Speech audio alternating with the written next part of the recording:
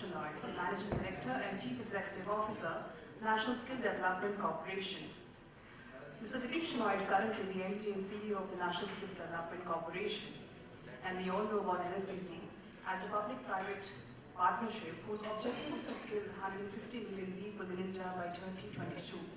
Mr. Shenoy here today will let us know about the e-governance initiatives in the Skill India mission. Sir, if you could.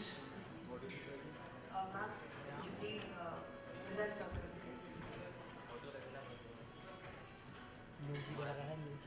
A round of applause for Mr. Shenoy, please. Thank you so much.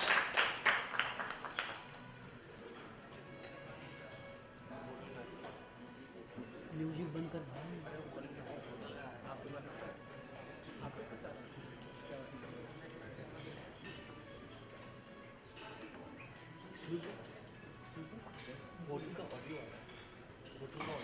So thank you and welcome back after lunch. This is the 10th session where we have to keep everyone awake after a sumptuous lunch. I don't know if I'll be able to do that, and I want to thank Gilles for inviting me here. This is not a presentation of skill development, it's a presentation of e-governance on skill development, and to share with you what we are doing in this space. So all of us know that there is a new e-governance or digital governance paradigm. We are looking at E of everything and the Internet of Things. So what and how IT is used to scale with speed and standards is what we are trying to do in NSDC and the skill space. So there are many different potentials for digital governance. We have actually looked at all of these sectors and seen how does it and what could apply to the skill development space, and then integrated a kind of a platform to enable skilling of the skilling ecosystem. So if you look at what's happening in the skill education and skill development system, there are four different types of pressures which are directly there. We have new global standards and global competitive pressures. It could be in industry, it could be in a segment of industry. We have extra system innovation startups who thought Uber would be a taxi company. Uber would be more, so it was not necessarily that you get competition within the system. You're getting new requests from local consumers, families, business, which is driving the e-commerce market, let's say in India. And you have a lot of intra-systems innovation, innovators, and even innovative teachers, let's say, in the education space. So if you're looking at new requests from local consumers in the education space, I would say that kids now don't want to spend that much time in the classroom. They want to spend time, least amount of time learning. They're looking at teachers who are not monographic records but do something different.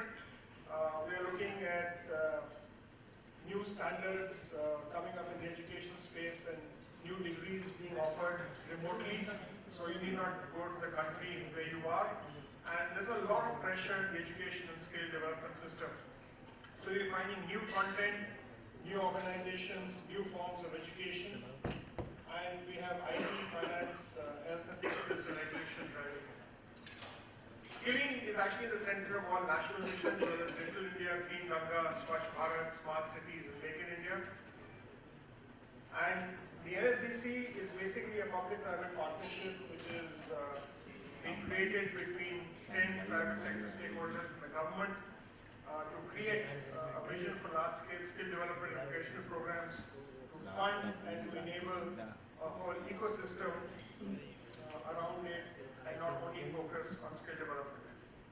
So what we have tried to do is that traditionally when you saw the training institution whereas mobilize the trainees or the trainees underwent training or apprenticeship, there was assessment and there was certification. The whole education system and workforce outside was not actually connected to this, and this was all different dots in the landscape.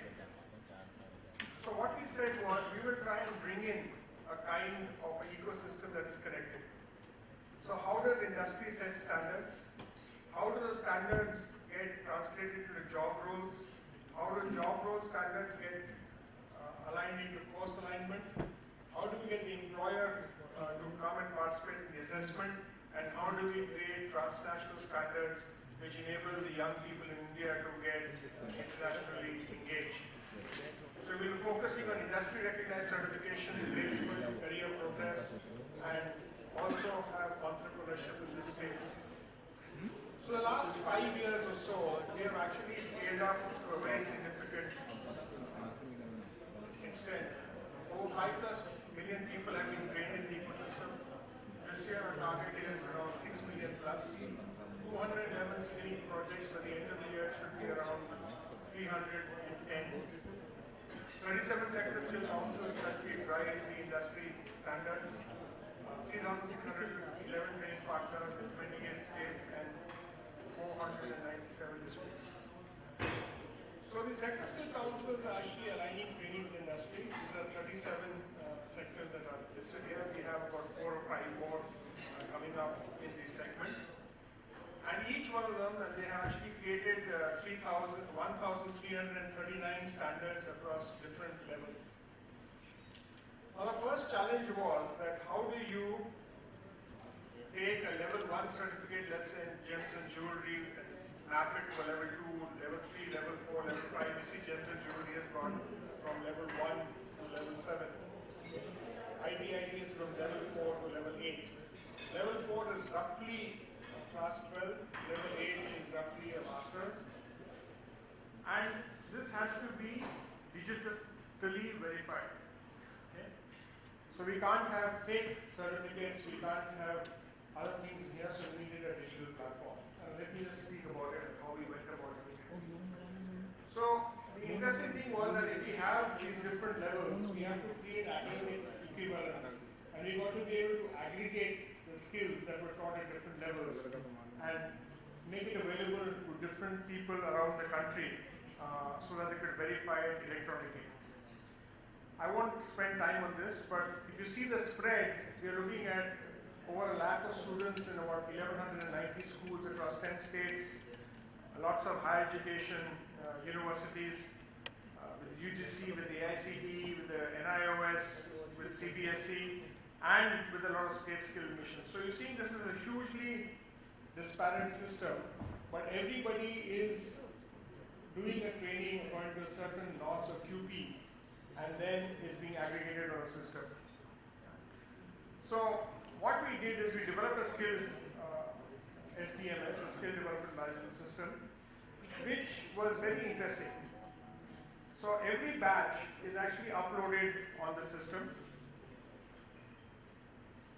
When a batch is uploaded, it actually gets tracked from assessment to certification, and it goes in and is linked to different entities, whether the citizen services centers or the university platforms or the state skilling missions, and also to job portals. And every citizen who's on this portal, our endeavor is to get him an Aadhaar authentication. Now we know that the Supreme Court judgment is there, so we are careful about that. And each certificate is actually got a digital QR code which can be verified on the phone. So just scanning that QR code will tell you who's the person, what skill has he got, you know, his Aadhaar number, etc. So it's also got an inbuilt grievance system, and it also has a mobile platform, so you can get people who are engaged in that skill. You know, we've done pilots for, let's say, a plumber, or we are now going for an IT or a telecom operator. You can actually get them online through your phone. Now, the integration from one end to the other is very interesting. Every training partner has got a training center management. So if you're a training partner, when you have 30 centers, and if you're logged onto the system, you can use it as a tool to actually monitor your 30 centers. Video assessments and biometric attendance is also built in. You can do a training batch management, and you can do a candidate management. The moment a batch is actually set up, it goes into the Sector Skill Council who assigns an assessor. The assessor uploads his assessment. The Sector Skill Council validates it. The assessment has a mandatory online assessment function. And then based on the assessment, the certification is actually linked. If the person gets a job, then he's out of the system. If he's not got a job, he goes out to the placement management and employer portal where you can actually look at sourcing such a person for a particular job. Each candidate has a mobile number. The challenge is sometimes the training center gives their own mobile number as contact, so we have to actually address that challenge. And then in a system where we have to transfer funds, the Aadhaar and bank account is actually linked, and the amount is transferred to that bank account. Now, what innovation has been done here is something very interesting. You can use the amount that you're getting under the scheme to actually pay your fees. So each bank account has got a debit card which has got a wallet. Based on the amount that you agree with the training provider, the amount payable to the training provider goes into the wallet and the balance is available for you to spend in whatever way you want. And as long as you have the debit card active, you get a 1 lakh rupee accident insurance claim actually freely visible. Every state skill mission can look at it, and then the Pitney Bowes is integrated for the certification. So last year in a program which was called the STAR scheme, we had 119 sector skill councils, 719 training providers, 29 assessment agencies, 2,800 assessors, and 297 job boards with 70,250 centers. 1.4 million or 14 lakh enrollments, 13.62 people assessed, 8.59 people certified because there was only a 60-odd% stake, and monetary reward has been transferred. As long as you had an Aadhaar enrollment, a bank account, your money was transferred automatically and you got this debit card. The only money that has not been transferred in this is where we are looking at an alternate validation system with those who don't have Aadhaar numbers. So that's around 60,000 people who don't have Aadhaar numbers, and we're looking at an alternative transfer system. End to end, if everything was met, you got your money within 30 days you were finishing the course. The problems were that Aadhaar enrollments were wrong, or people filled out the wrong Aadhaar number, and when you uploaded Excel sheets on bank accounts, the zeros kind of disappeared, so there was a lot of banking kind of transaction. They want us to integrate this with the DBT platform, and if that happens, it will be a different set. We want to go mobile with this. We want to actually offer the money on a mobile system, but the validation of the mobile bank account owner is currently a challenge. So we have on the SDMS 54 lakh candidates, 1,000 plus training partners, 45,000 training centers. We've got actually valid certified trainers, 12,000 plus. We have 1,400 courses, 15,000 employers, and it's 2,008 assessors. So this is like a kind of a batch 7838, which is here with every detail which is available to anybody. The batch name, batch start date, end date, where is the assessment date, which is a job role, what is the assessment stage, and this is available online wherever you want, and it's even accessible through a phone. We are now taking this in to the Pradhan Mantri Kaushal Vikas Yojana, which is 24 lakh people this year. It includes 10 lakh recognition of prior learning, so this is a new element that will be added into the system. There's a variable amount of reward money, 6 levels across manufacturing and services. So it's an equation across 12 parameters that we need to service, and then all training centers we monitor and pictures will be sent up, and an SMS verification will be done of all the candidates. So we have started this in a small way. We've had the first pilot being launched here. The main launch is on July 15th, but we have 94,000 people enrolled across the country, and the whole backbone is now ready for implementation. The idea is to scale, right? We want one country, one skilling standard. It's demand-led and focused outcomes. How do we align and get all the ministries onto the same platform? And how do we create transnational standards through overseas employment and catalyze both employers and jobs? So this is the whole e-governance system that we actually have here. So each individual entity in the space can validate the batch size, the center, the trainer, the assessor. Each assessment sheet or mark sheet is uploaded and can be validated, and the whole process end to end is actually available online. It is perhaps currently the largest skills database in the country. We are not very sure if it is the largest skills database in the world, but in 2 years from now it will definitely be the largest skills database in the world. And the interesting part is that if you call a plumber and he comes home, and if you have the phone app, and if he either has his Aadhaar number or his certificate, you can actually validate his credentials on your phone. Know exactly what he's trained for. If you have a domestic help, we actually validate.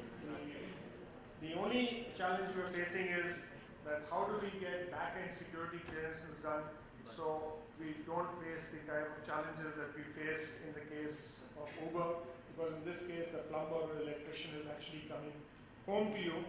The solution that they're saying is, use the just dial method where we send you 10 names and you select one, which actually then absolves us of responsibility.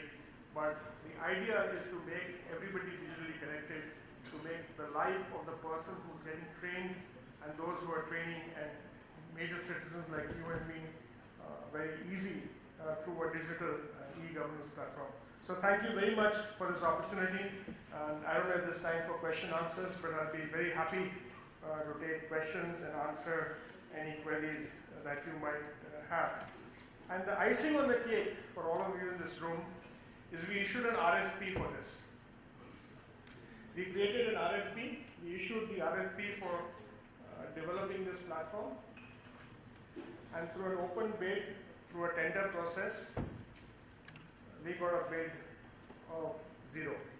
So most of this work has been done through an entity for NSDC out of the CSR funding.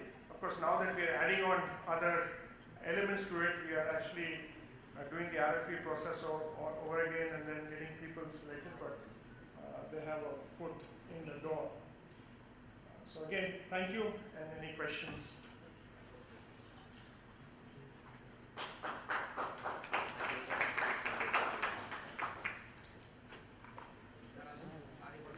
Yeah.